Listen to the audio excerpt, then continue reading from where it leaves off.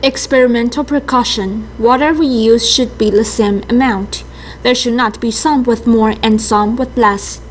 This way, the experiment result may not be the same. The tools we prepare for third grade students are all made of plastic. It is because when they use glass-made tools, they will stir really hard and make very loud noises. They're also prone to break them. So the tools we prepare for students to stir with should be plastic rods and plastic cups in case they break the tools and get hurt. If there are no plastic rods at hand, you may choose this kind of coffee stirrer to stir. Remember to hold the cup when stirring. Do not mix the plastic rod and measuring spoon when using them. For example, if we mix the pepper powder with plastic rod, then mix the MSG with the same plastic rod. At this time, the pepper powder will get mixed into the MSG. Students will find the sediments at the bottom in MSG water when observing. They will see the MSG as an insoluble substance. Also, for the measuring spoon, some pepper grains may be left on the measuring spoon, or some tinier grains of stuff. When spooning different substances, there could be other things in there in addition to MSG. There could be pepper powder, there could be sugar mixed in there. There may be problems when judging the result.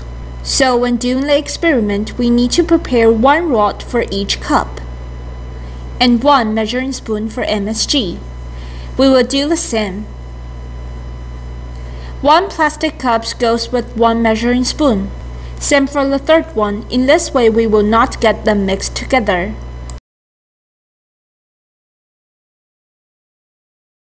The experimental purpose is to know whether they're soluble substance, so we cannot add extra substances into the water.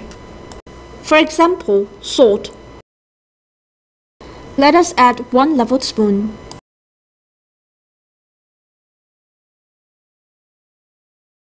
Then 1 more spoon.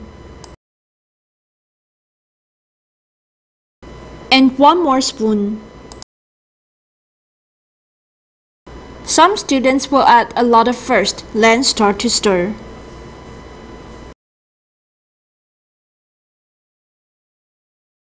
And they will end up stirring for a long while, and there will always be sediment at the bottom that cannot be dissolved. At this time, you can see that it cannot be dissolved and a lot of sediments are down there. Then, you will think that salt is an insoluble substance. We need to prevent this situation from happening. We can add just a little substance into the water, so we only add 1 spoon when doing the experiment. It is fine if you want to add less.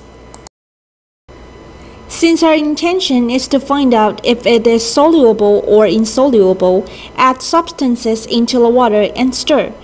We need to let it rest for a while, then judge if it is soluble.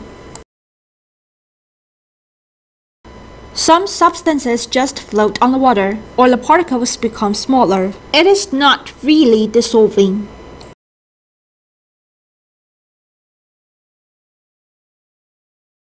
Some students may think that the substances have gone, meaning it is dissolved. They see that once the sugar has dissolved and the water became a transparent yellow solvent, they will not think that it is dissolved. Actually, this phenomenon is also a kind of dissolution.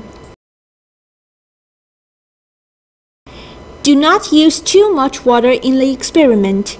If too much water is used, we will have to add many times more salt or sugar. In this way, it will take a long time.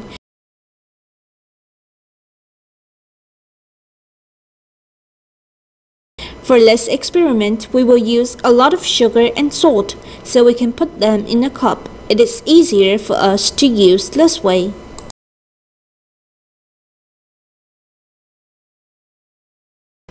When stirring with the rod and spooning with the measuring spoon, we have to use the same tool for each. Do not stir the sugar after stirring salt. This will easily lead to erroneous result.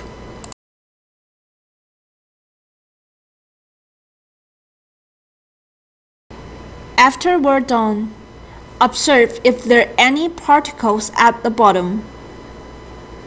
If the particles are there, we cannot see it as done. We have to stir it as it is not finished. And we must continue to stir. When adding more salt or sugar, we have to stir until the salt or sugar can no longer be dissolved and the sediments appear. Sometimes students will lose their patience. They would stir just 2 or 3 times. They say that it cannot be dissolved. The teacher should know how much it can be dissolved in water in advance. Know how many leveled spoons of salt can be added. Provide students some tips and help them stir it with patience. Only then can we see the right experimental result.